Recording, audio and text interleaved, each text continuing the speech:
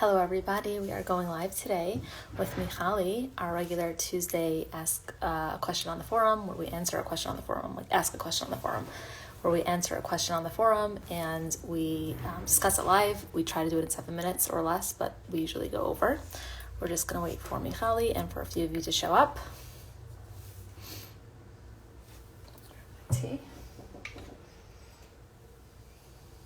Oh, hello Michali. Hello, Karen. Let me invite you 1 second.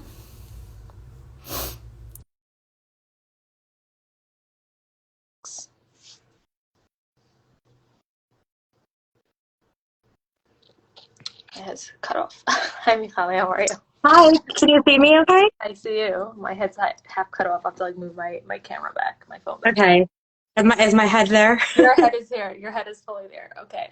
I'm not beheaded. Okay, great. Okay, so the question today is from an anonymous participant, and it reads, "Hi, I'm terminating with my DBT therapist this Wednesday.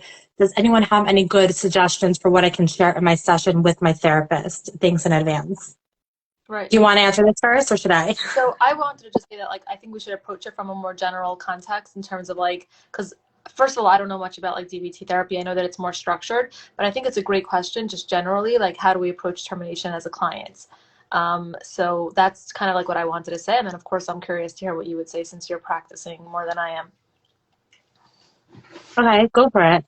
Do you want to? Yeah, I'd love to hear what you have to say about Oh, I should. Okay. I think I agree with you. This can go in a lot of directions, and I don't know what this person had in mind specifically, in terms of suggestions for what they can share. I'm not sure what they want to share. And I'm not a DBT therapist, so I'm not trained in that with that modality. But in general, how to terminate a session with terminate therapy with a therapist. It's funny because I was thinking about this earlier, and then I saw Simon Sinek. His story today was similar to this, which is how do you have difficult conversations with your team? Mm-hmm. And I think this is a really difficult conversation to have, especially with someone that you've worked with and you've formed a very deep relationship with, like a therapist. Mm-hmm. And it's tough to say goodbye. It's tough to terminate. I think to start up by saying, look, this is a hard conversation for me to have, and I'm feeling really anxious about it, or I'm scared, or I don't know if I'm ready.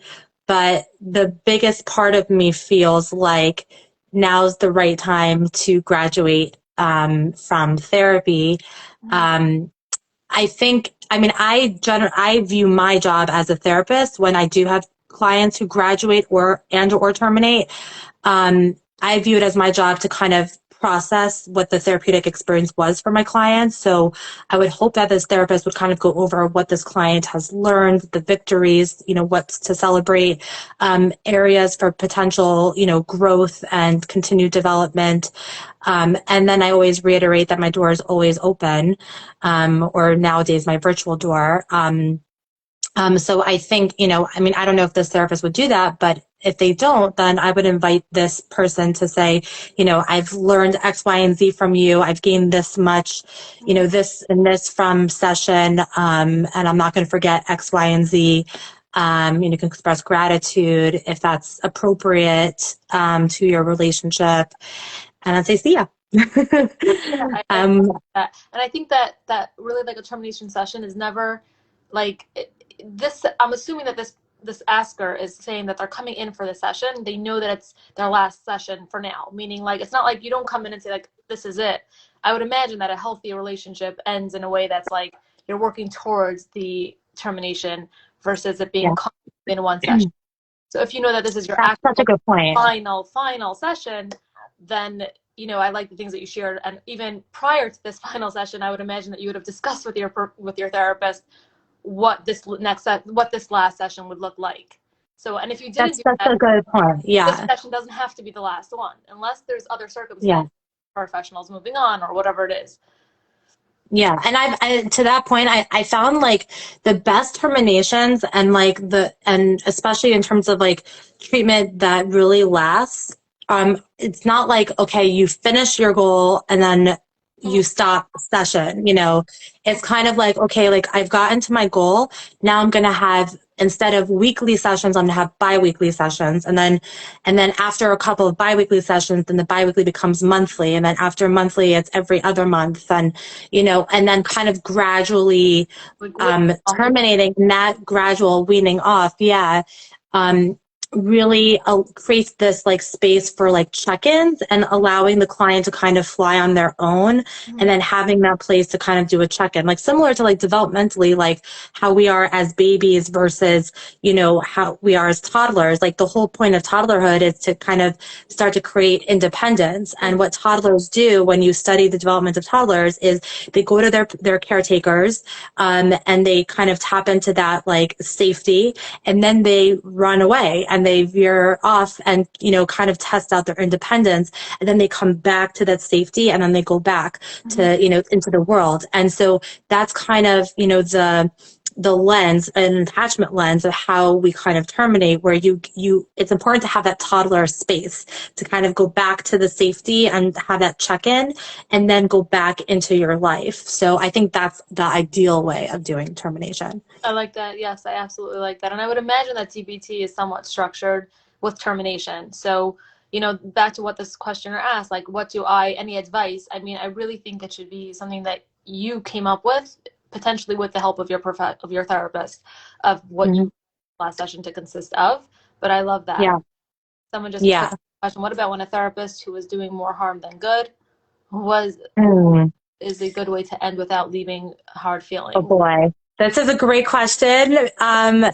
And Post it you're on. making my blood boil just reading this question, just because like I have so much to say about therapists who do more harm than good. First of all, I'm so sorry that you've been in that situation, because it can be so profoundly damaging, Mhm. when we trust authority figures and they do a number on us. Mhm. Maybe we can do that. I don't know. I But want to respect the time. let's Um, ask that questioner. Who was it? Was it Mary?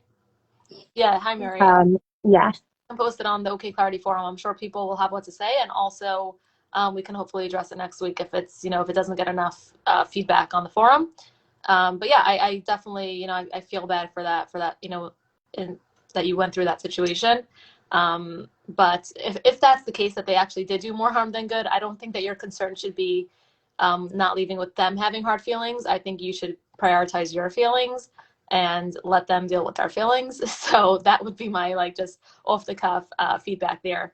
Don't worry about their feelings. You're entitled to end a relationship that you feel is not supportive in any fashion, and not worrying about the other person's feelings specifically, and especially if they're a therapist.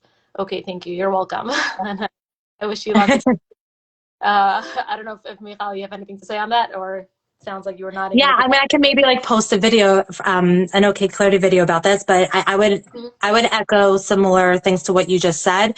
I'm a big believer in like, I like to look at myself in the mirror and like and respect what I see. So I would probably want to do it in a way that like I'm proud of myself for doing it. And Sure. that includes like speaking respectfully to the therapist, but also to exactly what you said, like not owning their feelings. If they've done more harm than good, the chances are they haven't actually done any of their own work, you know, or their blind spots have gotten in the way of treatment. And so you don't owe them anything. And that includes taking care of their feelings. That is completely a boundary violation on their part if they do expect you to take care of their feelings.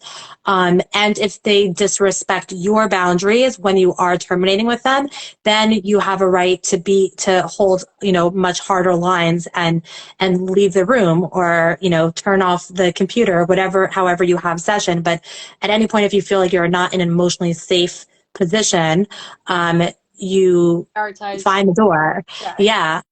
But I think that, you know, if you feel up to sharing with the therapist, if the therapist asks you and you feel like, you know, your gut is telling you that it's a healthy conversation to be had, you can share. And I can, you know, give you some pointers maybe on how to do Yeah. that. But Very, yeah. that would be cool. Mary just wrote, she wrote, it's already over for a while. I just hate hurting others. So yeah, I mean, Mm. listen, it's not our job to take care of other people's feelings in this way or in many ways. So that's just something to process, and it might be, for another conversation. But Yeah. yeah, definitely terminating is not easy, but it can be done beautifully. And I think that back to the original question, that was the question of how to do it in a way. And I think the best way to do it is like you had cheered, weaning off, and having the conversations like premeditated many weeks prior. Yeah, 100%. 100%. All right, Thank you, Michali. Faye. So good to see you. I'll see you next week, 12:45. Bye bye. Thank you for joining, Take everybody. care. Bye. Bye-bye.